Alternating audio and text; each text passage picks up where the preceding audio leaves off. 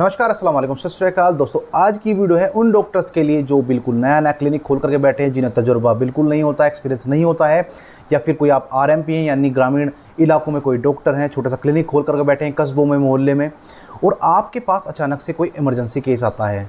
तो कभी कभी क्या होता है कि आपको प्राइमरी ट्रीटमेंट देना ही होता है। कभी कभी उसके जो तीमारदार है, परिजन है, वो कहते हैं कि जी हमारे पेशेंट को बचाइए, कुछ कीजिए ताकि हम अस्पताल ले जा सकें, या फिर आप ठीक करके दीजिए।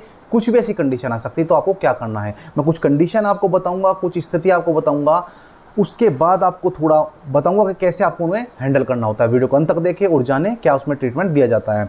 तो कंडीशन नंबर 1 जान लेते हैं कि कोई पेशेंट आपके पास आया, वो बेहोश हो चुका है, बेहोशी की स्थिति में है, आपने चेक किया, पल्स चल रही है, हार्ट ठीक है, कोई दिक्कत नहीं है, बीपी भी ठीक है, ना कोई चोट है ना कोई दिक्कत है। तो हो सकता है वो गर्मी की वजह से बेहोश हो गया हो सकता है वो भूख की वजह से बेहोश हो गया हो सकता है कि ऑक्सीजन लेवल कम हो गया हो, उसकी वजह से बेहोश हो गया हो। तो ऐसी कंडीशन में आपको क्या काम करना होता है? ऐसी कंडीशन में आपको उसके तलवे जो होते हैं, पैरों के तलवे जो हैं, उन्हें रगड़ दें, उनकी हथेली रगड़ दें, थोड़ी देर उसे पंखे के नीचे लेटा दें, थोड़ी देर उसे रिलैक्स छोड़ दें, वो वहीं पर थोड़ी देर में होश में आ जाएगा। होश में आने के बाद उसे ORS पिला सकते हैं, आप उसे कोई फ्रूटी वगैरह पिला सकते हैं, कोई एनर्जी ड्रिंक पिला सकते हैं ताकि उसे एनर्जी महसूस दे, आप उसे सिंपल पानी भी पिला सकते हैं। तो ये चीज़ आप कर सकते हैं।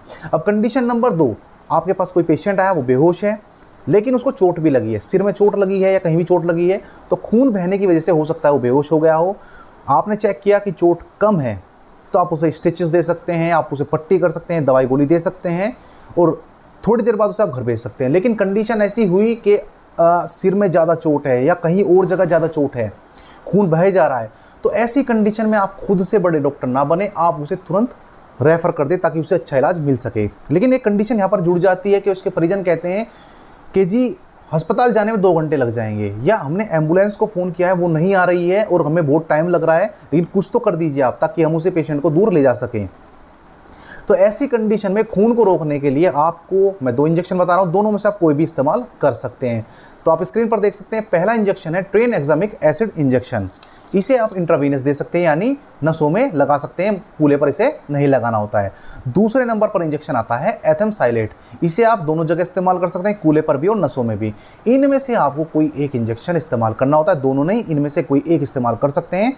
जो पेशेंट का खून बह रहा है, रोगी का खून बह रहा है, वो तुरंत बंद हो जाता है, वजह से वो ऐसी कंडीशन में आ जाएगा कि उसे हम दूर अस्पताल में भी ले जा सकते हैं और उसे बचाया जा सकता है। तीसरे नंबर पर एक ऐसी कंडीशन आती है कि पेशेंट आपके पास आया, बेहोश है, लेकिन जब आपने उसकी पल्स चेक की, हार्ट चेक किया, उसका काम नहीं कर रही, पल्स आपको नहीं दिखाई दे रही है, समझ में नहीं आ रही, महसूस नहीं हो पा रही है, बीपी चेक करे वो भी ढंग से रीड नहीं हो पा रहा है, सांस भी आप उसकी नहीं महसूस कर पा रहे कि वो सांस अच्छे से ले पा रहा है या सांस खींच खींच कर आ रही है, तो ऐसी कंडीशन में कोई ट्रीटमेंट आपको नहीं देना है, बिल्कुल कोई इंजेक्शन गोली नहीं देनी है, तुरंत आप उसे रेफर कर दें, भले ही हॉस्पिटल दूर हो, क्योंकि उसे ज़रूरत हो सकती है ऑक्सीजन की, वो आपके पास नहीं है, रिस्क ना ले, भले ही दूर है, आप नहीं कुछ कर सकते हैं, एम्बुलेंस में ऑक्सीजन होती है, वो उसे लगा करके हॉस्पिटल ले जा सकते हैं, तो उसे आप तुरंत रेफ़र कर दें।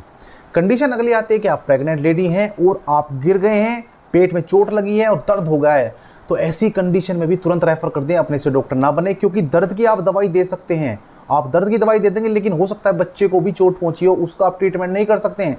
दर्द की गोली अगर आपने दे भी दी, उसे डॉक्टर के पास जाना ही पड़ेगा, उसे आप रेफ़र कर दें। अगली कंडीशन आती है कि प्रेग्नेंट हैं और प्रेगनेंसी में भी, यानी 7-8 महीने हैं या 6 महीने, जो भी कुछ है, टाइम काफ़ी हो चुका है, लेकिन फिर भी आपको ब्लीडिंग हो गई है जैसे डेट आती है, तो ऐसी कंडीशन में भी आप कुछ दवाई ना दें अपने से, उसे तुरंत आप रेफ़र कर दें लेडी डॉक्टर के पास या कोई इस तरह के डॉक्टर के पास जो महिलाओं को देखते हैं। नेक्स्ट, अगर बात करें कि कोई व्यक्ति जहर खा लेता है, जहर पी लेता है, तो ऐसी कंडीशन में आपको क्या काम करना है? तो आपको प्राइमरी ट्रीटमेंट के लिए क्या करना है? उसके मुंह में हाथ डाल करके, उंगली डाल के, जैसे आप देखते हैं कि हलक साफ करते हैं, उस तरह से आपको उंगली डालनी है ताकि उसे उल्टी लग जाए, या कुछ इतना सारा पानी पिला देना है, इतना सारा घी पिला देना है ताकि उसे उल्टी लग जाए। जब उल्टी लग जाएगी तो पेट में मौजूद जो जहर है वो बाहर आ जाएगा। फिर हो सकता है कि आप उसे बाहर के लिए रेफ़र भी कर दें, लेकिन प्राइमरी ट्रीटमेंट आप दे देंगे, शुरुआती जो उसके नुकसान होने के चांस हैं वो बहुत कम हो जाएंगे और आप उस पेशेंट को बचा सकते हैं। अगली कंडीशन आती है कि अगर किसी को सांप काट लेता है, तो देखिए जहर को तो आपने उल्टी लगा करके बाहर करा दिया था, सांप जब काटता है तो खून में जहर मिल जाता है, वो पेट में नहीं जाता, खून में मिल जाता है। तो ऐसी कंडीशन में आप तुरंत रेफ़र कर दें, अपने से कोई दवाई ना दें, कोई कट चीरा मत लगाएं। हाँ, इतना कर सकते हैं कि उस पेशेंट को बोले कि आप शांत रहें, उस पेशेंट को सोने ना दें, उस पेशेंट को रिलैक्स कर दें, कोई दिक्कत नहीं होगी, बाकी रेफर कर देंगे, वहाँ पर उसे वैक्सीन लग जाएगी, एंटीडोट वैक्सीन। तो सभी गवर्नमेंट हॉस्पिटल में एंटीवेनम वैक्सीन पाई जाती है, आसानी से मिल जाती है, वहाँ पर तुरंत से आपको ट्रीटमेंट दिया जाता है और आपकी जान बचाई जा सकती है। अब कंडीशन आती है कि कोई बड़ा या कोई बच्चा गलती से सिक्का निगल ले, कंचा निगल ले, तो ऐसी कंडीशन में 2 स्टेज होती है। पहली स्टेज कि सिक्का या कंचा आपके गले में अटक जाता है, तो आपको डरना नहीं है, धैर्य बनाए रखें, उस पेशेंट को थोड़ा सा झुकाएं और पीठ को जोर से थपथपाएं, वो सिक्का या कंचा बाहर निकल जाता है।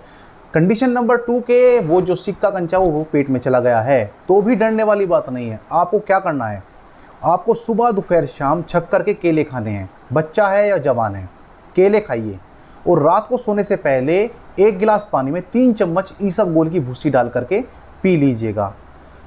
इसे ट्रीटमेंट को आपको 1 दिन, 2 दिन, 3 दिन तक लगातार करना है। हो सकता है 1 दिन में भी निकल जाए, 2 दिन में भी हो सकता है और 3 दिन में भी हो सकता है। तो 3 दिन तक आप इसको करें। 3 दिन में 99% चांस होते हैं कि सिक्का बाहर निकल जाता है, कंचा बाहर निकल जाता है। किस्मत खराब है, 1% किस्मत आपकी खराब है तो सर्जरी के चांस बनते हैं, ऑपरेशन के चांस बनते हैं, अदरवाइज वो टॉयलेट के रास्ते से, मलद्वार के रास्ते से बाहर आ जाता है। तो ये कुछ इमरजेंसी के ट्रीटमेंट थे जो एक छोटे डॉक्टर या छोटे लेवल पर जो बैठे हैं या नए क्लिनिक कर रहे हैं वो अपना सकते हैं। धैर्य बनाए रखें, डरे नहीं, स्थिति को थोड़ा सा धैर्य के साथ समझें, उसको ट्रीट करने की कोशिश करें। उम्मीद है वीडियो पसंद आएगी। अगर कोई क्वेश्चन अधूरा है आप मैसेज कर सकते हैं। अगली वीडियो में नई जानकारी के साथ जल्दी मुलाकात होगी। आपका दिन शुभ हो। नमस्कार, धन्यवाद।